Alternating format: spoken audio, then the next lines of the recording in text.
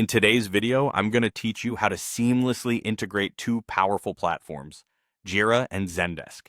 This integration will enable these tools to work together, streamlining your workflow and enhancing productivity. Let's jump right in. First, we need to choose a suitable integration tool that will act as a bridge between Jira and Zendesk. There are several third-party options available, such as Unito, Exalate, or Getint, each with its own set of features and benefits. Take the time to evaluate these tools based on your specific needs and preferences, as this will form the foundation of our integration setup. Once you've selected your integration tool, the next step is to connect your Jira and Zendesk accounts. This process typically involves authenticating both platforms using either API tokens or OAuth protocols. Follow the on-screen instructions provided by your chosen tool to ensure that the accounts are connected securely and correctly. It's important to pay close attention to details here, as any misstep could hinder proper synchronization.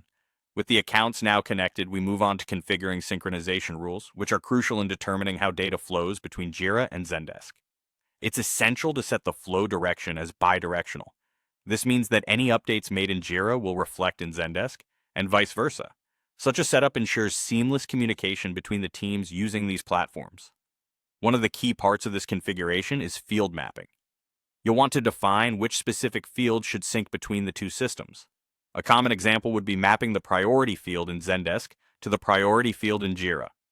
Spend some time thinking about which fields are necessary for your processes to ensure nothing important is left out.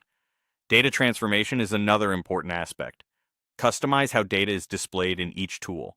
For instance, you might want to include the Zendesk ticket number in the Jira issue summary, ensuring clarity and avoiding duplication or confusion during the workflow. After setting up these synchronization rules, it's time to configure automation triggers. These triggers will allow the integration to function automatically. By doing so, any update on a Zendesk ticket will automatically update the corresponding Jira issue, and vice versa. Automation is key here, reducing the need for manual input and minimizing errors. Now that everything is set up, let's move on to testing before going live. This involves creating test tickets and issues to ensure that the synchronization performs as expected. Thorough testing is essential, allowing you to adjust field mappings and rules until everything works accurately and efficiently.